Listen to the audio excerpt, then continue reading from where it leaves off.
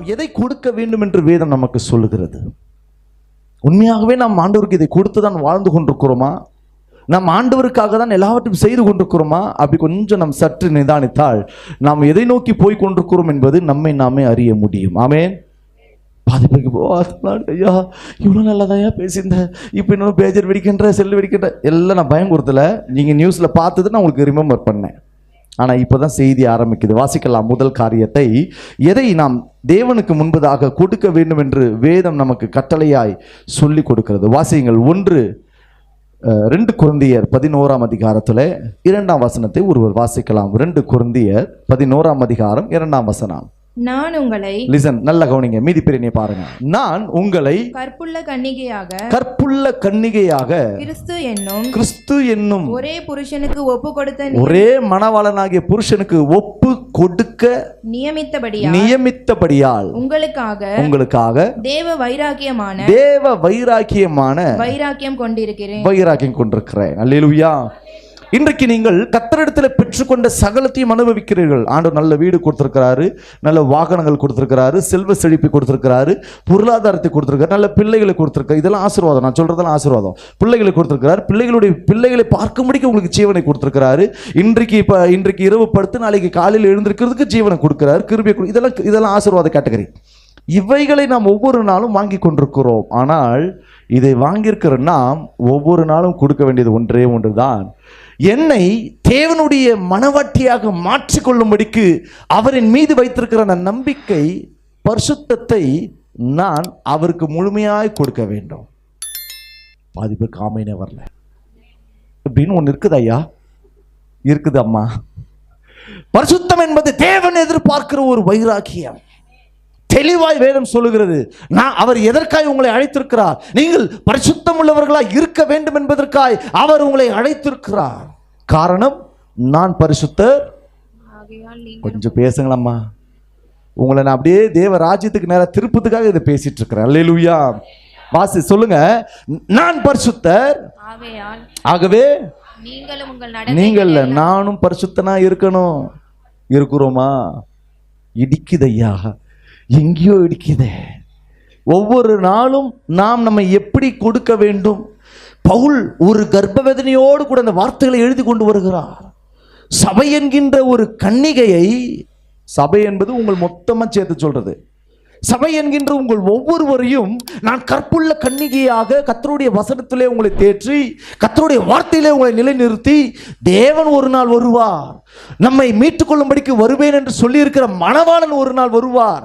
தம்முடைய ஆவியை கொடுத்து போயிருக்கிற அந்த மணவாளன் வருவார். சத்திய வேதத்தை சொல்லி நம்முடைய கைகளிலே கொடுத்திருக்கிற நம்முடைய வார்த்தையாகிய இயேசுவானவர் ஒரு நாள் வருவார். அந்த வார்த்தையை கேட்டு ஒவ்வொரு வாரமும் கர்த்தருக்கு நேராக வாழ்ந்து கொண்டிருக்கிற நம்மை மீட்கும்படிக்கு அவர் ஒரு நாள் வருவார். அவர் வரும் பொழுது நாம் கற்புள்ளவர்களாக, பரிசுத்தம் உள்ளவர்களாக அவரிடத்திலே சேரும்படிக்கு நாம் வைராகியத்தோடு கூட வாழ வேண்டும். சத்தம் குறையுதே. சத்தமா நீங்க ஆமேன் சொல்ல சொல்ல பிசாசோட முகத்தை கிழிக்கிறீங்கன்னு அர்த்தம். இப்ப சொல்லுங்க ஆமேன். சத்தமா இவ்வளவுதான் இருந்துச்சு. ஐயா காலையில 4 இட்லி 5 இட்லி சாப்பிட்டு வருவேன், திடீர்னு இந்த பார்சி 7 மணிக்கெல்லாம் வச்சிட்டாரு, சாப்பிடாம வந்து எப்படியா சத்தம்? பரவாயில்ல, தேவனுடைய பரிசுத்தாவி உங்கள் மீது இருக்கிறா. எல்லாம் சபைகளை எல்லாம் கைகளை உயர்த்தி இயேசுவின் நாமத்தில் ஆமென் ஆமென் அல்லேலூயா. தேவனுடைய வருகை அதி சீக்கிரமாய் நெருங்கி விட்டது. ஒரு நொடி பொழுதிலே நாம் மறுரூபமாக்கப்படுவோம். அந்த நாள் இருக்கு பாருங்க, அது மகிமையின் நாள். அன்னைக்கு தான் நீங்க எல்லாம் கஷ்டம், அழுக, பாடு, வேதனை, துக்கம் எல்லாம் விட்டுட்டு, பூமியில விட்டுட்டு பரலோகத்துக்கு நேரா ஏறி போக போறீங்க.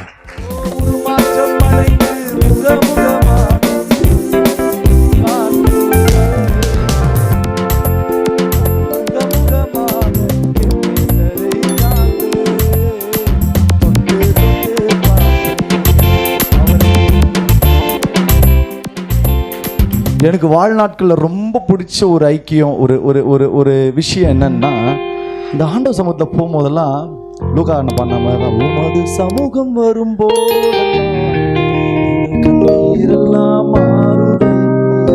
அப்படி உள்ள போயிட்டாலுமே உள்ளம் பொங்கும். உமது சமூகத்தில் நித்திய மகிழ்ச்சி. அதெல்லாம் எங்க தம்மா இருக்கும்? இயேசு நம்ம ஜெபிக்கிற இடத்துல வந்து நிப்பாரு பாருங்க. அப்ப அதை பார்க்க, அதை அனுபவிக்கும் பொழுதே உள்ள வரும். உமது சமூகத்தில் பேரானந்தம்.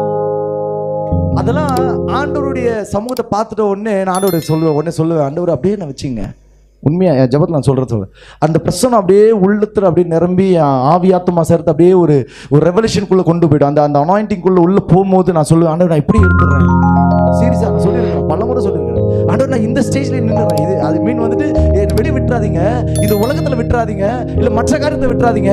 அப்படியே உங்களோடு கூட நான் இருக்கிறேன். உங்க கூட நெருங்க நெருங்க உங்களுடைய அன்பை நான் பார்க்க, உங்களுடைய முகத்தை நான் பார்க்க ஆரம்பிப்பேன். அந்த முகத்தில் இருக்கிற அந்த அழகை, எனக்காக காயங்கள் பட்ட, எனக்காக அலங்கோலப்பட்ட அந்த முகத்தை நான் பார்க்க ஆரம்பிக்கும் பொழுது, எனக்காக என்னுடைய சாபத்தை உடைக்கும்படிக்கு உங்களுடைய தலையில வைக்கப்பட்ட அந்த முள்முடியை நான் பார்க்கும் பொழுது இப்படியே நான் இருந்தேன்ப்பா. அதை காட்டிலும் உங்க கையை நான் இருக்க பிடிக்கணும்னு சொல்லுவேன். அந்த நேரத்துல இறங்கும் பாருங்க ஒரு தேவ மகிமை. மேகமே, மகிமையின் மேகமே வந்தால் போதுமே, எல்லாம் நடக்குமே. அப்படி கட்ட முடியும். மேகமே, மகிமையின் மேகமே இந்த நாளிலே இறங்கி வாருமே. வானம் திறக்கணும், தெய்வம் பேசணும். வானம் திறக்கணும், தெய்வம் பேசணும். எஸ், அநேகருடைய வாழ்க்கையில தேவன் பேசும்படிக்கு உங்களை எதிர்நோக்கி இருக்கிறதை என் ஆவியிலே நான் உணர்கிறேன். நீங்கள் பல நேரங்களிலே தனித்து விடப்படுகிற நேரத்திலே அல்லது கைவிடப்பட்டு நீங்கள் நிற்கிற அந்த நிற்கதி நேரத்திலே நீங்கள் ஆண்டவரை நோக்கி பேசி இருக்கிற சில வார்த்தைகளுக்கு அவர் அப்பொழுதே பதில் கொடுக்க உங்கள் உள்ளத்தை அவர் எதிர்நோக்கி இருக்கிறதை என் ஆவியிலே நான் பார்க்கிறேன். நீங்கள் ஆண்டவரோடு கூட இடைப்படுகிறதையோ, அவரோடு கூட பேச விரும்புகிறதையோ, அவர் உங்களோடு கூட பேச விரும்புகிறதையோ நீங்கள் விசுவாசிக்க ஆரம்பிக்கும் பொழுது அதை காண ஆரம்பிப்பேன்.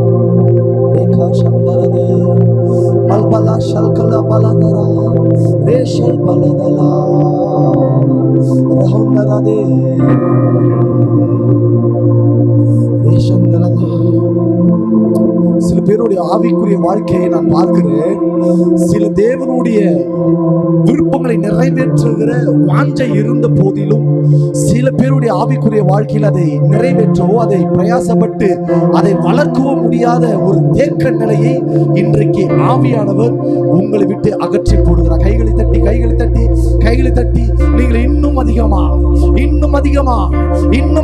அவரிடத்தில் சேரும்படிக்கு, இன்னும் அதிகமாய் அவரோடு கூட பேச ஆரம்பிக்கும்படிக்கு, இன்னும் அதிகமாய் வேதத்தை தியானம் செய்ய ஆரம்பிக்கும்படிக்கு, இன்னும் அதிகமாய் அவருடைய அபிஷேகத்தை உங்கள் சரீர பாண்டங்களிலே பெற்று உங்கள் சரீரமானது, உங்கள் ஆவியானது, உங்கள் ஆத்மாவானது நிரம்பி வழி செய்கிற தேவனுடைய பாத்திரங்களாய் மாற்ற விரும்புகிறார். இன்னும் அறியணுமே, வாயை திறந்து இன்னும் உம்மை அறியணுமே. உள்ளத்துல கையை வச்சு கண்ண மூடி தேவனை பார்த்து சொல்லுங்க,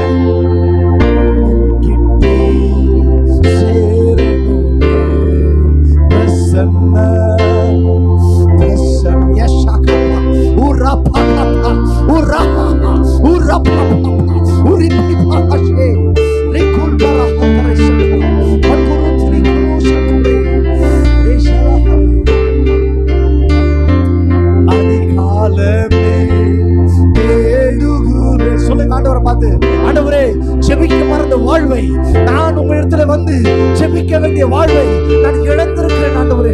அதிகமான வேலை உழைப்புகள், அதிகமான நேரத்தை செலவு செய்து என்னுடைய செப நேரத்தை நான் வீணடித்தது உண்மை. இன்றைக்கு அதை புதுப்பிப்பீராக. அதை உடைய ஆவியினாலே, உடைய அபிஷேகத்தினாலே இப்பொழுது புதுப்பித்து இன்னும் அதிகமாக கிட்டி சேர, அதிகாலையில் எழுந்து நான் ஜெபிக்கிற உறவில வளர்ந்திட இப்பொழுதே கேட்கிற எவனை பெற்றுக் கொள்கிறார்? பெற்றுக்கோ.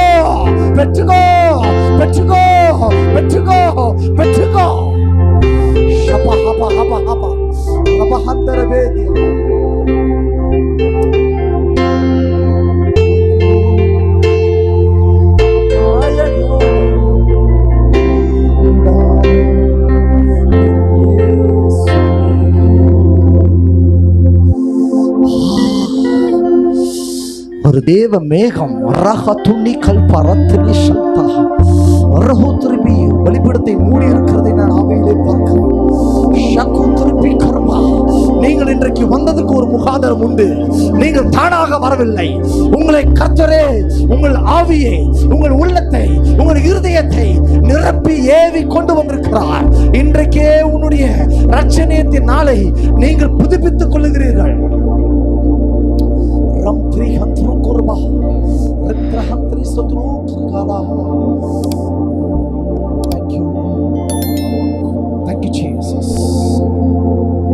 தேவனுடைய வார்த்தை அழகாய் சொல்லுகிறது.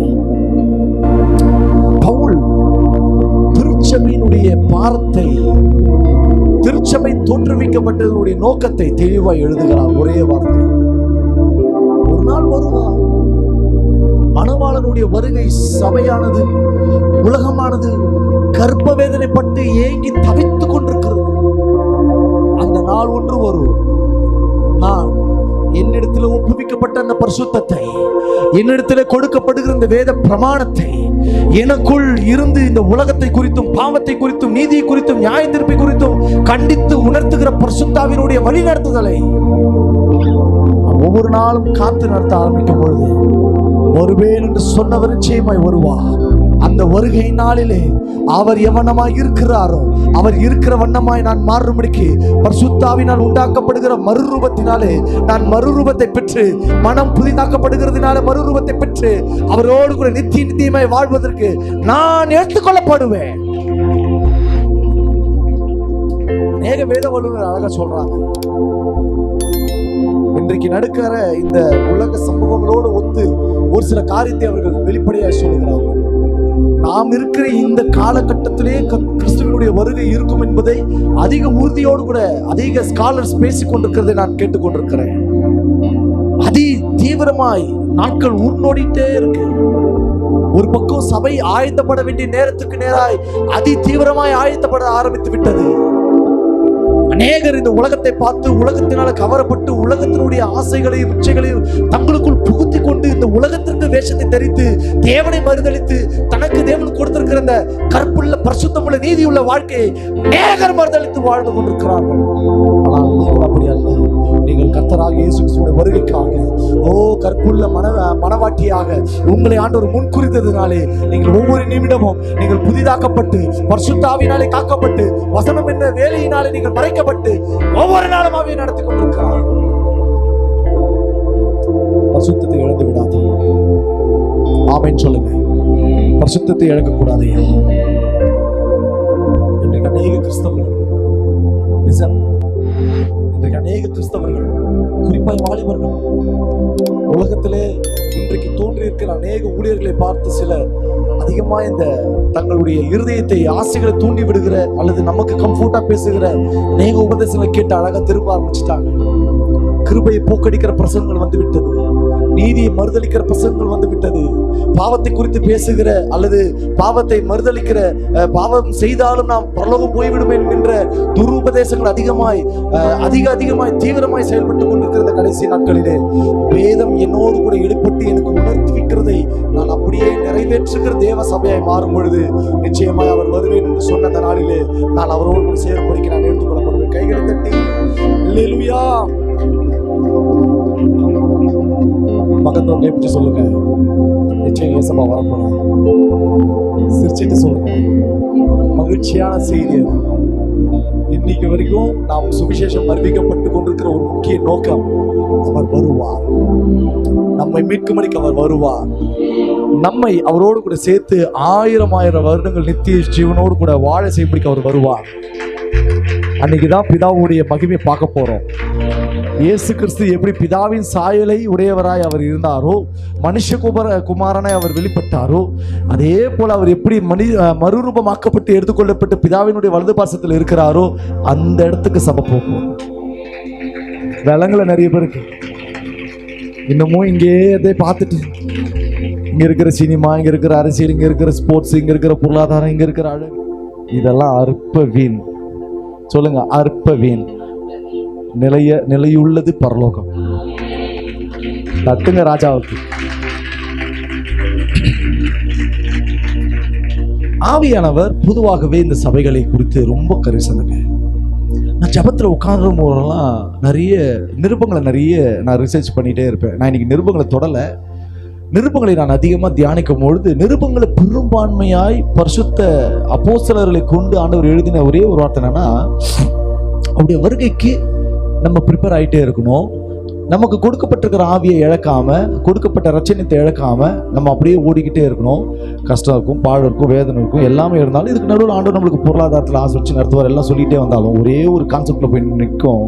அது என்னன்னா, அவர் வரும்பொழுது நாம் கரையற்ற, பிழையற்ற, பரிசுத்தம் உள்ளவர்களாய் அவருக்கு முன்னாடி நிற்கும்படிக்கு அவர் நிச்சயம் ஒரு நாள் வருவார். எனக்கு பைபிளில் ரொம்ப ரொம்ப பிடிச்ச ஒரு வசனம் வாசிங்க, 1 தெசலோனிக்கேயர். ரொம்ப ரொம்ப பிடிச்ச ஒரு வசனம். அதிகமாக அதை படிக்கும் பொழுதுலாம் ஒரு பயம் வரும் எனக்கு. 1 தெசலோனிக்கேயர் 3ஆம் அதிகாரம் கடைசி 13ஆம் வசனம் மட்டும் வாசிங்க. இது எப்பவுமே உங்க பைபிள்ல அண்டர்லைன் பண்ணி வச்சுங்க, டெய்லி நினைச்சு பாருங்க, வாசிங்க. இவ்விதமாய் நம்முடைய கர்த்தராகிய இயேசு கிறிஸ்து, நல்லா கவனிங்க, நம்முடைய கர்த்தராகிய இயேசு கிறிஸ்து என்னும் நம்மளுடைய மணவாளன் தமது பரிசுத்தவான்கள் அனைவரோடும் கூட, தமது பரிசுத்தவான்கள், கிறிஸ்துவுக்குள் மரித்த பரிசுத்தவான்களோடும் அனைவரோடும் கூட வரும்பொழுது நீங்கள் நம்முடைய பிதாவாகிய தேவனுக்கு முன்பாக எதுக்கு வரா தெரியுமா? எல்லாம் என்னைய பாருங்க, எதுக்கு சபையை கூட்டிட்டு போறதுக்கு வரா தெரியுமா? வசனம் தெளிவா சொல்லுது. நீங்கள் நம்முடைய, வாசிங்க, பிதாவாகிய தேவனுக்கு முன்பாக பிழையற்ற பரிசுத்தமுள்ளவர்களாய் இருக்கும்படி உங்கள் இருதயங்களை ஸ்திரப்படுத்துவாராக. ஒவ்வொரு நாளும் ஸ்திரப்படுத்துறாராம். சத்தமா சத்தமா இப்ப புரியுதா நீங்க எதுக்கு சபைக்கு சேர்க்கப்பட்டிருக்கிறீங்க? லிசன் ஒன் திங், எப்பவுமே நான் சொல்ற ஒரு வார்த்தை, சபைக்கு வர்றதுனாலையோ தேவனை நம்ம அறிஞ்சுக்கிட்டதுனாலையோ நம்ம ஆசீர்வாதத்துக்கு மட்டும்தான் சுத்தர வழி நினைக்காதீங்க. அது நம்ம இந்த பூமியில் இருக்கிற வரைக்கும் ஆண்டவர் நித்தமும் நம்மை நடத்துவார், குறையில்லாமல் நடத்துவார். அது எனக்கு நான் 100% வசனத்தின் அடிப்படையில் நான் 100% நம்புகிற வார்த்தை. ஆனால் நான் சபையிலே சேர்க்கப்பட்டதனுடைய நோக்கமும் பிதா குமாரன் பரிசுத்தாவி நாமத்திலே நான் ஞானஸ்நானம் பெற்று பரலோகத்தினுடைய பிரஜையை மாறினது ஒரே ஒரு காரியம், அவரோடு கூட வாழ்றதுக்கு நம்மளை மீட்டுட்டார். ஆதம் இழந்த அந்த ஸ்தானத்தில் இப்போ மறுபடியும் நம்மளை வச்சுட்டு எதிர்நோக்கி இருக்கிறார். நாம பரலோகத்துக்கு போறோமோ இல்லையோ, எதிர்பார்க்குறோமோ இல்லையோ, அவர் எப்போ நம்ம சரியா இருந்துட்டு மேலே வரப்போறோம் எதிர்பார்த்துட்டே இருக்கிறார். கையை தட்டி அல்லேலூயா. முதல் காரியம் பார்த்தோம், நாம் எதை கொடுக்க வேண்டும்? நம்முடைய வாழ்விலே பரிசுத்தத்தை கொடுக்க வேண்டும். அதற்கு இணையான ஒரு வசனம் ரோமர் 12ஆம் அதிகாரம் 1ஆம் வசனம். சீக்கிரம் வாசிச்சுட்டு அடுத்த பாயிண்ட் போயிடலாம். ரோமர் 12:1. சகோதரரே, நீங்கள் உங்களுடைய சரீரங்களை பரிசுத்தமும் தேவனுக்கு பிரியமுமான ஜீவ பலியாக ஒப்பு கொடுக்க வேண்டும் என்று தேவனுடைய இரக்கங்களை முன்னிட்டு உங்களை வேண்டிக் கொள்கிறேன். இதுதாங்க வேதம். நீங்கள் கற்புள்ள மனவாட்டியாக வாழுகிறீர்கள் என்கின்ற ஒரு எண்ணம் வந்துவிட வேண்டும் என்று சொன்னால் நீங்க டெய்லி செய்ய வேண்டிய ஒரு காரியம், உங்களை ஜீவ பலியாக உங்கள் ஆவி, ஆத்துமா, சரீரத்தினுடைய ஒவ்வொரு அவயங்களையும் ஒவ்வொரு நாளும் ஒப்பு கொடுக்க வேண்டும். இப்படி ஒப்பு கொடுத்துட்டே இருக்கிற வாழ்க்கை தான் ஒவ்வொரு நாளும் தேவனுக்கு முன்பதாக நிற்கிற கன்னிகையாய் பரிசுத்தமுள்ள பிள்ளையாக பிழையற்ற பிள்ளையாய் வாழ்கிற வாழ்க்கை. இந்த வாழ்க்கை நம்ம செஞ்சுட்டா போதும், ஆண்டவருடைய வருகையில் நாம் காணப்படுவோம். இரண்டாவது ஒரு முக்கியமான காரியத்தை வாசிச்சு